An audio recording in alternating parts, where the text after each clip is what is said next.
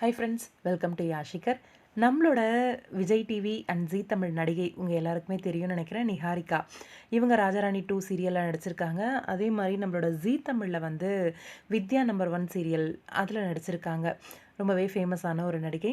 இவங்க வந்து ரீசெண்டாக ப்ரெக்னெண்ட்டாக இருக்காங்க அப்படிங்கிற பதிவு வந்து ஆல்ரெடி கொடுத்துருந்தது தான். ஒரு 4 டேஸ் முன்னாடி வந்து அவங்க ஹாஸ்பிட்டலில் அட்மிட் ஆகுற மாதிரி ஒரு பிக் ஒன்று ஷேர் பண்ணியிருந்தாங்க. அவங்க கணவர் அவங்களோட வயிற்றில் வந்து காது வச்சு கேட்குற மாதிரி, என்னோட லாஸ்ட்டு வந்து ப்ரெக்னன்சி நாள் இது அப்படின்ற மாதிரி ஷேர் பண்ணியிருந்தாங்க. அதுலேருந்து ஏதாவது அப்டேட் வராதான்னு பார்த்துட்டே இருந்தேன். 14th அன்னைக்கு வந்து அவங்களுக்கு பேபி பிறந்திருக்கு. அழகான பெண் குழந்தை பிறந்திருக்காங்க. அதை பற்றி அவங்களோட இன்ஸ்டாகிராம் பேஜில் ஒரு கால் சிம்பிள் போட்டு ஷேர் பண்ணியிருந்தாங்க. நார்மல் டெலிவரி தான் ஆகிருக்கு, 2 பேருமே ஃபைனாக இருக்காங்க அப்படின்னு சொல்லிட்டு. நிஹாரிகா, ரஞ்சித் 2 பேருமே அந்த பிக்கை வந்து கொலாபரேஷனில் ஷேர் பண்ணியிருந்தாங்க. ரொம்பவே சந்தோஷமாக இருக்குது. நிஹாரிகாவுக்கு அழகான பெண் குழந்தை பிறந்திருக்கு. நிஹாரிகாவை பற்றி சொல்லணும் அப்படின்னா ரொம்பவே சூப்பரான ஒரு டான்ஸர் கூட.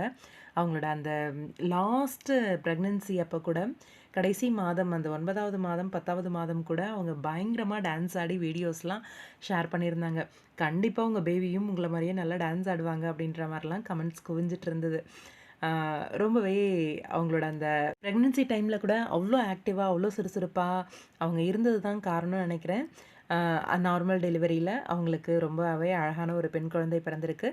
வாழ்த்துக்கள் நிஹாரிகா அண்ட் ரஞ்சித் 2 பேருக்குமே எங்களோட மனமார்ந்த வாழ்த்துக்கள்.